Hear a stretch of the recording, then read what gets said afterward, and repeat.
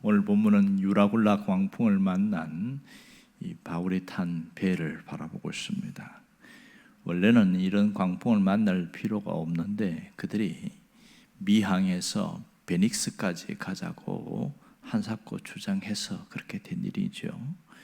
근데 베닉스로 가자고 한 데는 몇 가지 이유가 있습니다. 하나는 그들이 싣고 있는 화물의 안전 때문입니다. 이 화물은 유럽으로 가서 비싼 값에 팔 그런 돈이기 때문에 그것을 안전을 지키기 위해서 큰 항구인 베닉스로 가자고 한 것이죠. 또 하나는 미항에서 베닉스까지가 65km밖에 안 되니까 가깝다. 그러니까 충분히 시간적 여유가 있다는 것이 이유였습니다. 놀라운 것은 출항하기 전부터 남풍이 불었다는 거예요. 남풍이 순하게 불매 바람이 잔잔해졌다는 겁니다. 이 세 가지 이유가 그들이 출항할 수밖에 없게 만드는 동기가 될 수 있겠지요. 문제는 출항하자 몇 시간이 지나지 않아서 유라굴로라는 광풍이 불었다는 것이 문제입니다. 14절에 보면 얼마 안 돼요. 이거는 하루도 채 가지 않아서 그런 뜻이겠죠. 이 유라굴로라는 단어 뜻을 보면 두 개가 있습니다. 그러니까 이 동남풍이라는 유루스라는 단어와 북풍이라는 아킬로라는 단어가 합쳐진 것이 유라굴로입니다. 그러니까 동북풍 이렇게 표현할 수 있겠지요. 보통 이제 이 허리케인, 사이클론 같은 태풍들은 바다에서 생성되든지 아니면 육지의 영향을 받아서 또 만들어지든지 그렇습니다. 그러니까 이 유라굴로는 어떻게 해서 형성되냐면 자신들이 방패처럼 안전하게 지켰던 그 크레타 섬, 그러니까 우리 본문에서는 여기 보면 이제 그레데 섬으로 나와 있지요. 지도에는 크레타 섬으로 나와 있습니다. 이 섬에서부터 시작됐어요. 이 크레타 섬에 가장 높은 산이 있는데 이다산이라는 높은 산이 있습니다. 해발 2100m 정도 되는 이다산인데 거기서 또 시작된 것이죠. 그러니까 이게 그레데 섬 자체가 길이가 동서로 하면 약 225km 정도 됩니다. 그리고 좌우로는 짧게는 10km, 또 약간 넓은 곳은 약 20km 정도 됩니다. 그러니까 길이만 길지 그렇게 큰 섬은 아닙니다. 문제는 그 이다섬에서 산에서부터 그때 거기서부터 바람의 방향이 바뀌기 시작해서 바다에서 급박하게 유라굴로라는 이 광풍을 만나게 된 겁니다. 이 광풍은 보통 그냥 부는 바람이 아니라 배를 삼킬 만한 죽음의 광풍이었다는 것이 문제입니다. 그래서 웬만하면 배들을 끌고 갈 수 있는데 배의 통제력을 상실하게 만드는 강력한 태풍이었습니다. 또 하나는 이 배가 끌려가다 보니까 지중해를 벗어나서 아프리카 바다 쪽으로 가다 보면 모래톱, 스르디스라는 이 모래톱에 걸리면 꼼짝없이 죽게 됩니다. 그러니까 그것도 두려워하고 그러니까 그들이 할 수 있는 것이 뭐냐?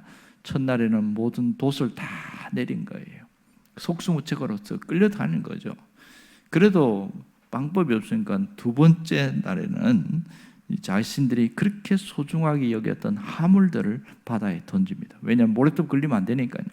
이 배를 가볍게 하기 위해서 화물을 다 던져버려요. 그게 다 돈인데 그렇게 귀하게 여기던 것을 던져버렸어요. 그래도 변화가 없으니까 세 번째, 사흘째 때는 그들이 항해에 반드시 필요한 모든 도구들, 기구들을 던져버리기 시작합니다. 기구를 던진다는 것은 항해를 포기하겠다는 거거든요. 그만큼 급박했다는 것이죠. 그렇게 기구까지 던졌는데도 불구하고 오늘 본문에 나온 것처럼 해도 보이지 않고 별도 보이지 않았다. 무슨 말이냐면 그들은 항해할 때에 이 해와 별을 보고 그렇게 항해를 했단 말이에요. 그게 나침반이니까. 그런데 그것도 없어졌어요. 오늘 본문에는 무슨 얘기하냐면 구원의 여망이 사라졌더라. 여망이 뭡니까? 남아있는 희망이죠. 그들이 살 수 있는 남아있는 신랄 같은 희망도 사라져버리고 이렇게 되어졌다. 아주 지독한 광풍을 만났다는 것을 알 수 있습니다. 이 알렉산드르의 배가 어떻게 됐습니까? 20절에 보면 이렇게 그들의 모든 것이 무너졌는데 거기에서 배가 파손하지는 않았다는 것을 보여주고 있습니다. 자, 오늘 놀라운 것은 22절입니다. 22절에 드디어 바울이 일어나서 이렇게 말합니다. 내가 너희를 권하노니 이제는 안심하라. 너희 중에 아무도 생명에는 아무런 손상이 없겠고 오직 배뿐이다. 이렇게 이야기합니다. 자, 여기에 안심하라는 단어가 굉장히 중요한 단어입니다. 이 헬라어 단어는 원래 뜻은 기뻐하라 이런 뜻입니다. 그러니까 이렇게 희망의 끝마저 놓아버렸던 죽음의 광풍 속에 있는 그들에게 안심하라, 이렇게 기뻐하라 이렇게 말합니다. 왜냐하면 생명에 손상이 없을 것이기 때문에 그렇다 이렇게 말합니다. 바울이 이렇게 말한 데서는 자신감이죠. 똑같이 바울도 그 광풍 속에 휘말리면서 그렇게 죽음을 통과하는 가운데에서 하나님이 자신을 로마까지 보내야겠다는 분명한 메시지를 들었기 때문에 그렇습니다. 그것은 이미 사도행전 23장에서 한번 그 빌립보 감옥에 있을 때, 빌립보 감옥이 아니라 가이사랴 그 감옥에 있을 때에 하나님이 다시 한번 말씀하셨고, 그리고 이 죽음의 광풍 속에서도 또 천사를 보내서 다시 한번 또 얘기를 하거든요. 그러니까 이 안심하라는 단어는 그들에게는 소망의 메시지가 될 수 있는 것이죠. 정말 결국 그들은 어려운 가운데에서 살아남은 것을 우리는 알 수 있습니다. 여기서 우리가 중요하게 생각하는 것은 우리도 유라굴로와 같은 그런 광풍에 휩쓸려 나갈 때가 있다는 겁니다. 예수 믿는 사람들이 갖고 있는 의문점 질문이 하나 있는데, 신앙생활을 잘 하는데도 왜 고난을 당하는가? 이것이 늘 사람들이 갖고 있는 질문입니다. 사람들은 무슨 생각하냐면 신앙생활을 잘하면 고난도 없고 어려움도 없을 것이다. 이 고난은 다 신앙생활에 제대로 하지 않았기 때문에 나타난다. 그렇게 생각하는 분이 많다는 거예요. 그래서 그게 대해서 어떤 분이 질문에 답을 썼는데 뭐라고 했냐면, 예수님이 제자들과 함께 배를 타고 간 이야기를 써놨어요. 마가복음 4장에 보면 제자들이 사투를 부릴 때에 그때에 예수님이 찾아오잖아요. 갑자기 광풍이 불어서 배가 도무지 앞으로 나갈 수도 없고 옆으로 움직일 수도 없고 그런 상황 속에 있을 때에 그때 예수님이 그 배에 타고 있다는 얘기를 하는 겁니다. 어디에 타고 있냐? 배 뒤에서 주무시고 계시는 것 얘기를 하면서 예수를 잘 믿어도 이렇게 어려움이 올 수 있다. 이 제자들은 예수님과 함께 있었는데도 광풍 속에 시달린 것을 봐라. 그런 얘기를 했습니다. 어떤 사람에게는 건강에 광풍이 몰아치고, 어떤 사람은 재물에 광풍이 몰아치고, 또 어떤 사람은 다 꺾여버리는 그런 광풍에 몰아칠 수 있다는 거죠. 이게 일상생활을 침몰할 수밖에 없는 그런 상황까지 가는 그런 광풍이 누구나 불 수 있다. 이것을 말합니다. 하지만 믿음이 좋은 사람에게는 이겨낼 수 있는 힘이 있습니다. 그 점이 차이가 있는 것이죠. 그걸 우리가 욥기를 통해서 잘 알 수 있지 않습니까? 욥이 보면 당대의 의인이었지만 그는 강력한 광풍이 다 몰아쳤습니다. 자식 죽었죠. 재산 빼앗겼죠. 건강 잃었죠. 이만하면 살 수 있는 상황이 아니잖아요. 그런데도 그가 믿음으로 이겨냈습니다. 그가 욥기 23장 10절에 뭐라고 고백합니까? 내가 가는 길을 그가 아시나니 그가 나를 단련하신 후에는 내가 순금같이 나오리라. 이 욥의 고백은 굉장히 위대한 고백이었습니다.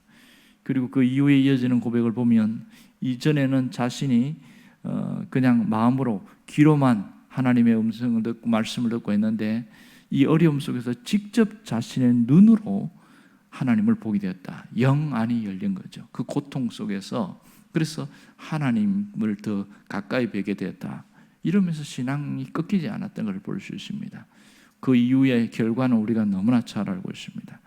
여러분, 광풍에 분다고 해서 모든 사람들이 다 신앙이 무너지는 게 아닙니다. 이렇게 광풍이 누구에게나 불 수 있지만 믿음을 가진 자는 결국은 신앙으로 이겨낸다는 겁니다. 여러분, 예수를 제대로 믿는 사람에게 차이점이 뭐냐? 절망이 없다는 겁니다. 예수를 제대로 믿지 못하는 사람에게는 광풍이 불면 여지없이 꺾여버리고 절망 가운데 빠져서 헤매고 있지만, 그러나 예수를 잘 믿는 사람은 절망이 없다는 사실입니다. 다시 일어나게 된다는 것이 놀라운 특징입니다. 그러므로 평소에 신앙생활을 잘하는 것이 얼마나 소중한가를 잊지 않아야 합니다. 우리는 모든 것이 평소에 모두 이어집니다. 이번에 베이징에서 동계올림픽 하는 걸 봤더니 그 쇼트트랙에 하는데 거기에 있는 선수들이 보니까 중국 선수들은 훨씬 앞서서 금메달을 다 싹 쓸어버리는 것을 봤어요. 500m, 1000m, 1500m 이렇게 하는데 압도적으로 이렇게 나가는 걸 보니까 얼마나 평소에 훈련을 많이 했는가 하는 것을 알 수 있습니다. 다 훈련하겠지만 그만큼 지구력을 키우고 이렇게 순발력과 속도를 높이기 위해서는 보통 훈련이 갖고는 되지 않겠다는 생각을 많이 해봤습니다. 정말 우리에게 이 평소에 신앙 훈련이 잘 된 사람은 그 큰 위기 가운데도 결코 절망하지는 않습니다. 신앙 그 광풍 때문에 무너지지 않는다는 사실이죠. 오늘 우리가 매일매일 경건 생활과 말씀으로 이어지는 그 삶은 너무나 소중한 날이라는 것을 알아야 됩니다. 우리의 기도를 통해서 우리에게 강력한 영적인 힘이 길러지는 걸 잊지 않기를 바랍니다. 기도하겠습니다.